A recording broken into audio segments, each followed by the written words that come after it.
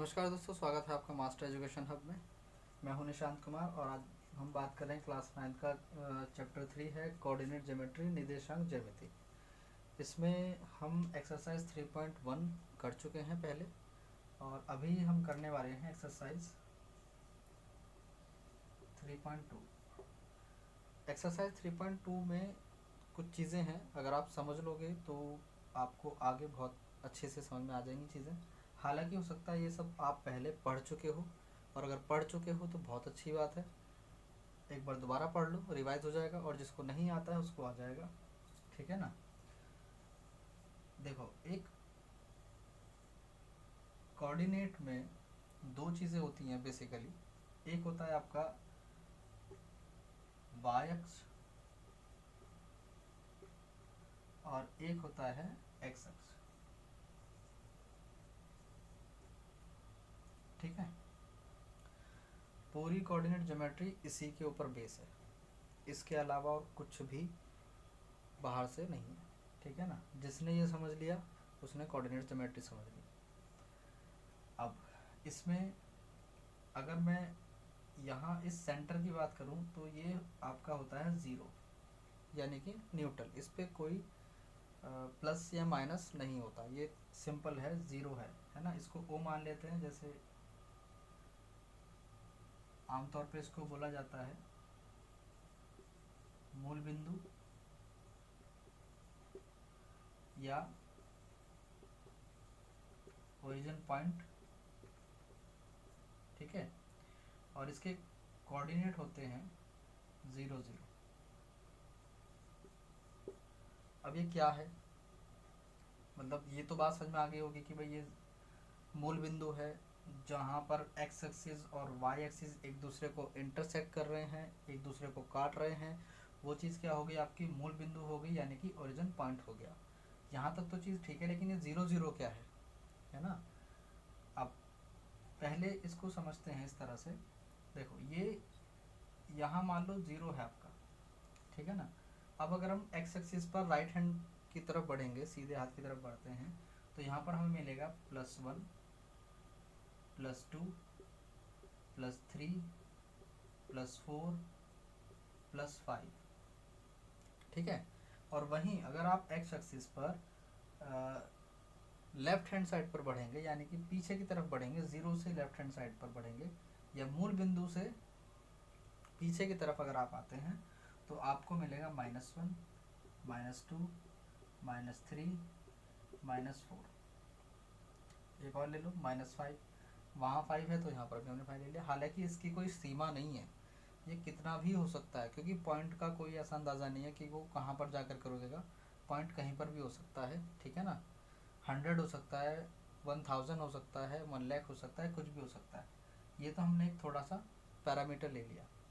अब इसी तरह से 0 के ऊपर अगर हम y एक्सिस की बात करें तो यहाँ पर हमें मिलेगा 0 के बाद मिलता है +1 +2 +3 +4 +5।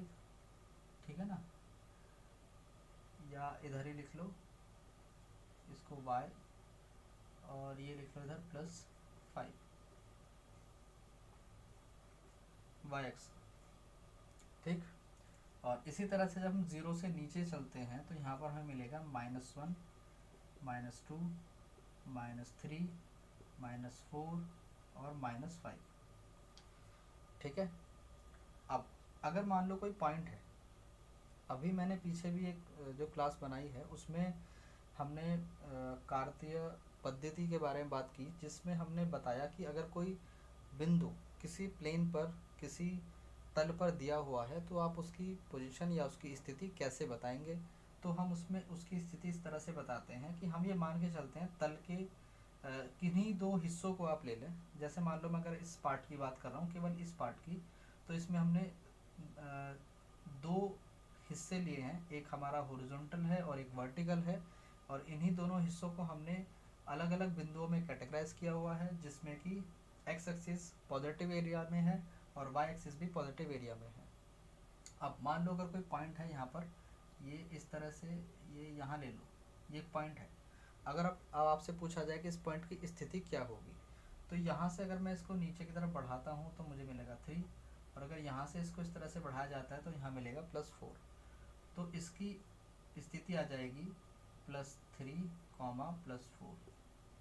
अब बात आती है कि हमने +3 पहले क्यों लिखा, हम पहले +4 भी तो लिख सकते थे। आ सकता है सवाल मन में। अब ये सवाल उन्हीं के मन में आएगा जिन्होंने अब से पहले इस पर ध्यान ही नहीं दिया नहीं तो जो पहली बार कोऑर्डिनेट पढ़ रहा होता है उसको ये सवाल नहीं आएगा। चलो फिर भी कोई दिक्कत नहीं है, बता देते हैं। होता ये है कि जो हमारा एक्स एक्सिस है वो हमेशा पहले होता है। जो पॉइंट्स होते हैं, जो कभी भी कोऑर्डिनेट की फॉर्म होती है, standard form of coordinate, standard form जो होती है वो होती है x, y। ठीक है ना। x हमेशा पहले होगा और y हमेशा बाद में होगा। ये चीज़ हमेशा याद रखनी है। तो x जो है, x की जितनी भी वैल्यू होती हैं, चाहे वो प्लस की हो चाहे माइनस की हो, अगर कोऑर्डिनेट इस तरह से बन रहा है कि वो x अक्ष से कोई पॉइंट उठाया जा रहा है तो उसका मतलब पहले उसको लिखा जाएगा, उसके बाद y वाले को लिखा जाएगा। ठीक है ना। ठीक, इसको वैसे भुज भी बोलते हैं, भुज, और इसको बोलते हैं कोटि। ठीक है, चलो ये आ गई बात समझ में। अब जो हमारा ये पहला होता है इसको बोलते हैं फर्स्ट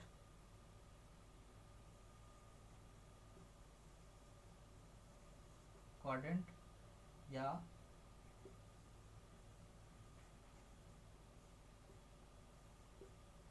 चतुर्थांश।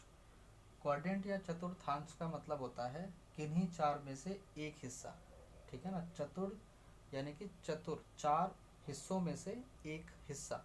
क्वाड्रेंट मतलब 1 पार्ट ऑफ अ 4 पार्ट, या फिर 1/4 पार्ट, सिंपली अगर बोलें तो एक चौथा हिस्सा।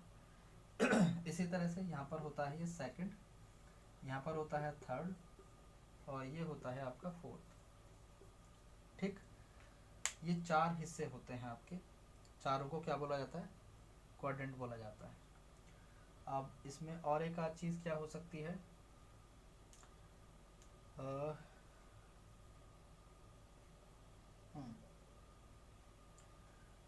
इतना करने के बाद आप एक्सरसाइज का पहला क्वेश्चन देख सकते हो। पहला क्वेश्चन इन्होंने कहा है, एक्सरसाइज 3.2 का पहला पार्ट जो है वो है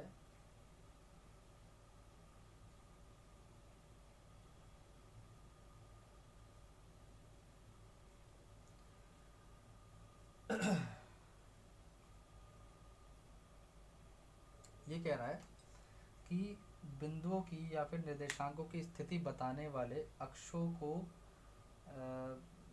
या क्षैतिज या ऊर्ध्वाधर रेखाओं को क्या बोला जाता है। अब देखो ये क्या है, ये क्षैतिज रेखा है। ये कैसी रेखा है, ये क्षैतिज रेखा है। क्षैतिज का मतलब होता है लेटी हुई, इसको बोला जाता है, उसमें इंग्लिश में इसको बोल सकते हो हॉरिजॉन्टल।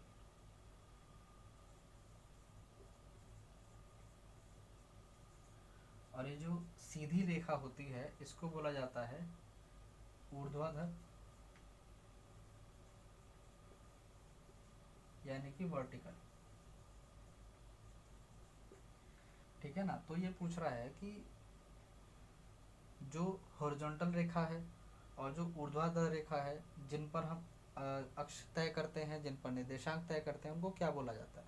तो सिंपल सी बात है, जो क्षैतिज रेखा है, क्षैतिज को बोला जाता है, यानी कि हॉरिजॉन्टल को बोला जाता है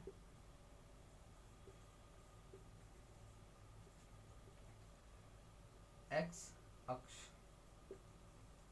या एक्स एक्सिस। इसी तरह से अगर ऊर्ध्वाधर रेखा है,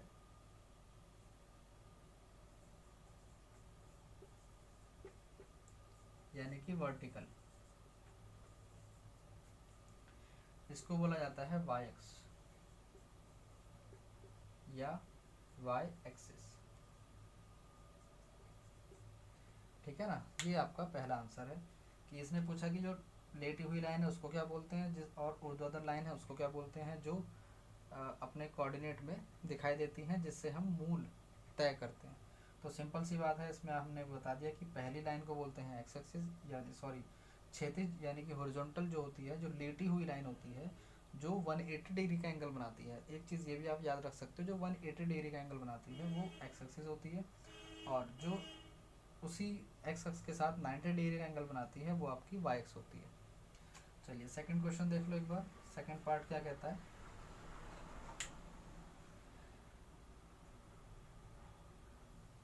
अब ये कह रहा है कि इन दो रेखाओं से 4 हिस्से होते हैं, 1 2 3 4, 4 हिस्से हो रहे हैं, तो इन चारों हिस्सों को अलग अलग क्या नाम दिया गया है, या फिर एक हिस्से को क्या बोला जाता है। तो सीधी सी बात है, अभी मैंने बताया था क्या बोलते हैं, चतुर्थांश,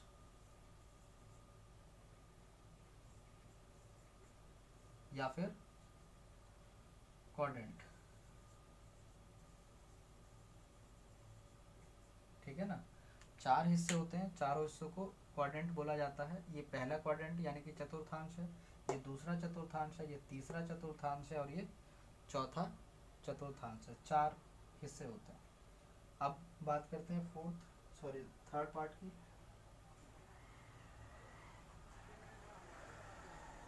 अब ये कह रहा है कि ये दोनों लाइन जो हैं, ये दोनों अक्ष जो हैं एक दूसरे को जहाँ प्रतिच्छेद करते हैं, इंटरसेक्ट करते हैं, उसको क्या बोला जाता है। तो थर्ड का आंसर हो गया आपका मूल बिंदु। क्या हो गया, मूल बिंदु। अभी तो बताया जहाँ ये एक दूसरे को काट रही हैं, सबसे पहले हमने यही बात बताई थी, इसको क्या बोलते हैं, मूल बिंदु बोलते हैं, यानी कि ओरिजिन पॉइंट, ठीक है ना। और मैंने ये बताया था कि जैसे हमने यहाँ पर कोऑर्डिनेट निकाले, यहाँ पर कोऑर्डिनेट आ रहे 3,4, लेकिन यहाँ तो कुछ कोऑर्डिनेट है ही नहीं, ना तो ये एक्स एक्सिस पर आगे बढ़ रहा है ना पीछे बढ़ रहा है, ना ही वाई एक्सिस पर आगे बढ़ रहा है ना पीछे बढ़ रहा है। तो जब ये बिल्कुल न्यूट्रल है, बिल्कुल जीरो पर है, तो एक्स भी जीरो हो गया और वाई भी जीरो हो गया, सिंपल सी बात है। तो ये आपकी थी एक्सरसाइज, ये था आपका एक्सरसाइज 3.2 के क्वेश्चन नंबर 1 के 3 पार्ट, क्वेश्चन नंबर 1 के 3 पार्ट जो थे उसके आंसर हमने यहाँ पर बता दिए हैं आपको, ठीक है ना। अब चलते हैं क्वेश्चन नंबर 2 पर और देखते हैं कि वो क्या कहना चाहता है, ठीक है ना। इसको यहाँ से हटा देते हैं।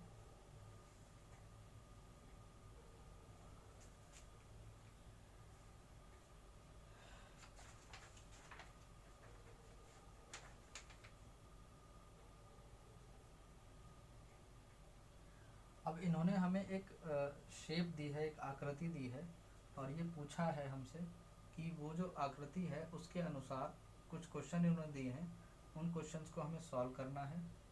तो ये जो फिगर है ये हमारे काम में आएगी, इसलिए हम इसको एज इट इज़ रख लेते हैं फ़िलहाल, ठीक है। अब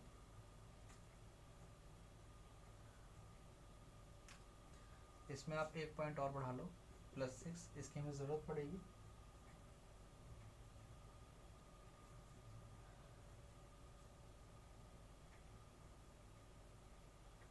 इन्होंने एक हमें दिया है b,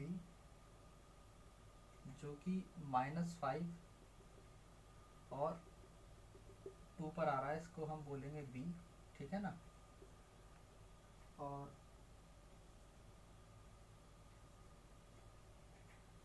इसी तरह से यहाँ पर एक इन्होंने दिया है हमें d पॉइंट, जो कि +2 और +6 के साथ आ रहा है।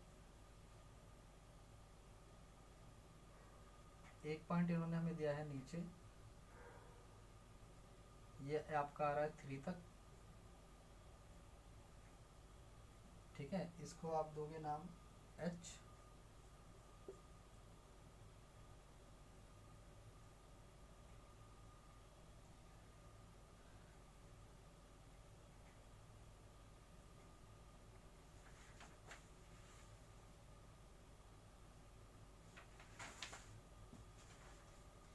एक इन्होंने -3 पर एक पॉइंट दिया है, इसको बोला इन्होंने m, और जब इस पॉइंट को आपने आगे बढ़ाया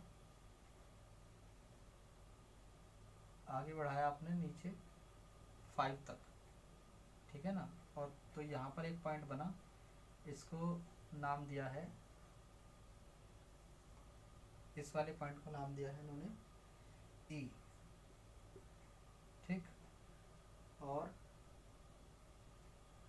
एक है 2 और यहाँ से है 4। इस पॉइंट को इन्होंने नाम दिया है G।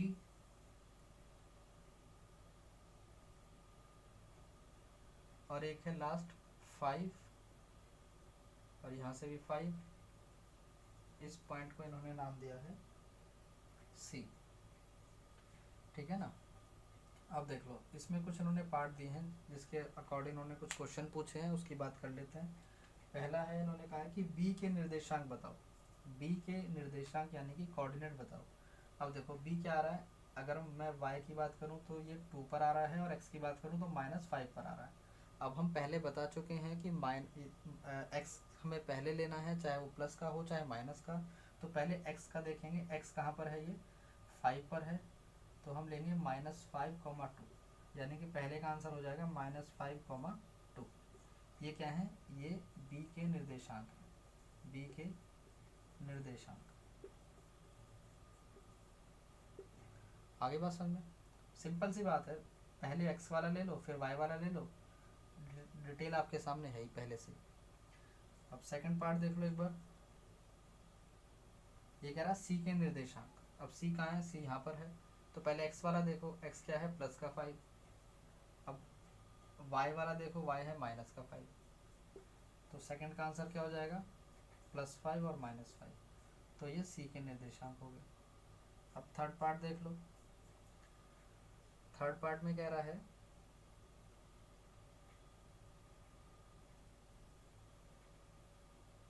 ये कह रहा है -3, -5 द्वारा पहचाना गया बिंदु कौन सा है। -3, -5 देखो कहाँ पर आ रहा है, -3 कहाँ पर होगा, पहले -3 हो रहा है तो इसका मतलब x की बात कर रहे हैं -3 ये, अब -5 है ये, अब इन दोनों पॉइंट से बन रहा है E पॉइंट, है ना। तो थर्ड का आंसर हो जाएगा E। क्यों, क्योंकि इसके निर्देशांक है -3, -5। ठीक है, इसमें हमें निर्देशांक दे के पूछ ले कि कौन से पॉइंट पर है निर्देशांक ये वाले। तो पहले हमने निर्देशांक यानी कि कोऑर्डिनेट निकाले, तो कोऑर्डिनेट निकले -3, -5 ई वाले पॉइंट पर। तो हमने बताया कि -3, -5 जो कोऑर्डिनेट बनते हैं वो ई पॉइंट पर बन रहे हैं।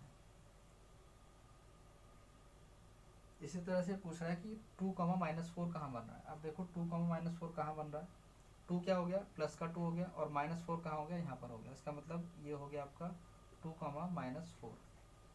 ये कहाँ बन रहे हैं, फोर्थ का आंसर हो जाएगा यहाँ पर जी पर बन रहे हैं। ठीक है ना, कौन से पॉइंट बने यहाँ पर लिख भी सकते हो, ई के सामने लिख दो 3, -5 और जी वाले लिख दो यहाँ पर 2, -4।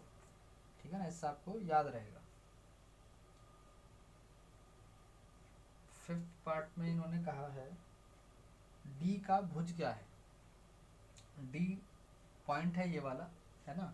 पहले इसके कोऑर्डिनेट निकाल लो, कोऑर्डिनेट क्या आएंगे इसके, यहाँ पर 6 आ रहा है तो प्लस का 6 और इधर से आ रहा है 2, है ना। ये बात हमेशा ध्यान रखना, पहले x वाला ही लिखा जाएगा। x में पहले क्या था, 6 था, और फिर उसके बाद y में क्या था, 2 था, तो 6, 2 हो गया। अब ये कह रहा है भुज क्या है। मैंने अभी बताया था स्टार्टिंग में कि x अक्ष को भुज बोला जाता है। क्या बोला जाता है, भुज। और y अक्ष को बोला जाता है कोटि। तो भुज का मतलब होगा कि x अक्ष पर इसकी क्या वैल्यू है, x अक्ष पर इसकी वैल्यू है 6। भैया अगर मैं यहाँ पर देखूँ तो क्या हो जाएगा, x, y, तो इसका x क्या हो गया, भुज हो गया, y क्या हो गया, कोटि हो गया। अगर कोटि पूछेगा तो मैं y की वैल्यू बताऊंगा, अगर ये भुज पूछेगा तो मैं x की वैल्यू बताऊंगा। तो ये भुज पूछ रहा है तो इसका आंसर हो जाएगा d का भुज क्या हो जाएगा, 6 प्लस का 6। ठीक है ना, भुज को इंग्लिश में बोलते हैं arm of D is +6, arm of D is +6। उसके बाद 6 देख लो,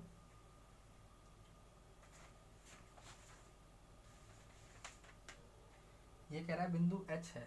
H कहाँ पर है, ये बिंदु H है। इसके कोऑर्डिनेट निकाल लो पहले, कोऑर्डिनेट इसके हो जाएंगे -5, -3। अब ये कह रहा है कि H की कोटि बताओ। H की कोटि है, H की कोटि, कोटि का मतलब हो गया y की वैल्यू पूछ रहा है ये। अगर भुज पूछ रहा है तो इसका मतलब x की वैल्यू पूछ रहा है, अगर कोटि पूछ रहा है तो y की वैल्यू पूछ रहा है। अब कोटि, इसमें h की कोटि क्या हो जाएगी, -3, -3। कोटि को इंग्लिश में बोला जाता है ordinate. Ordinate of h is -3, ठीक है ना। कोटि को इंग्लिश में बोला जाता है ऑर्डिनेट और भुज को बोला जाता है आर्म, ठीक है ना। अभी कह रहा है बिंदु L के निर्देशांक, L कहाँ पर है भाई?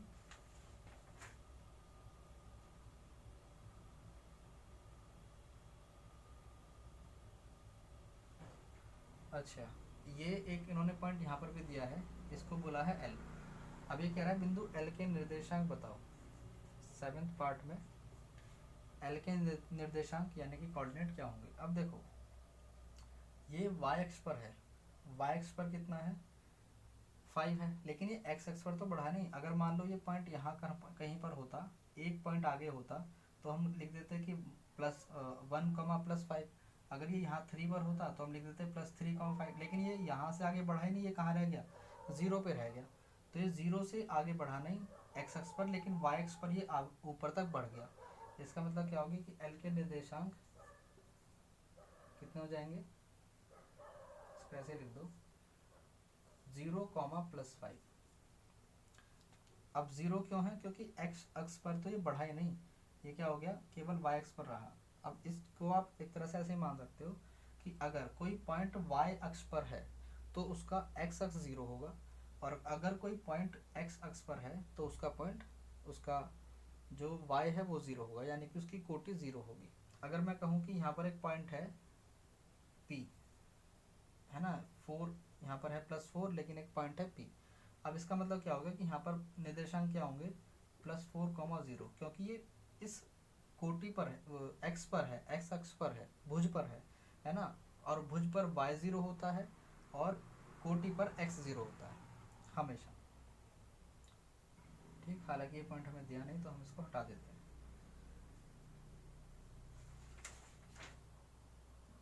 अब ये पूछ रहा है m के निर्देशांक, m कहाँ पर है, m यहाँ पर है।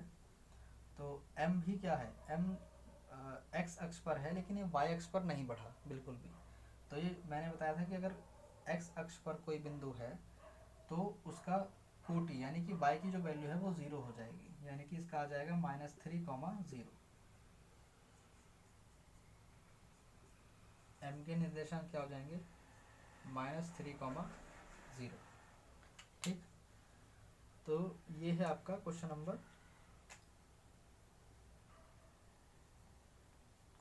2 का। इसमें 8 पार्ट दिए थे, वो हमने बता दिए हैं आपको, ठीक है। अब नेक्स्ट क्लास में हम चलेंगे एक्सरसाइज 3.3 में, जो कि लास्ट एक्सरसाइज है इसकी। उसके बाद हम देखेंगे नेक्स्ट चैप्टर, ठीक है ना। फिलहाल आप इसको पढ़िए अच्छे तरह से, कोई डाउट है तो आप कमेंट बॉक्स में दे सकते हैं। चलिए मिलते हैं आपसे नेक्स्ट क्लास में।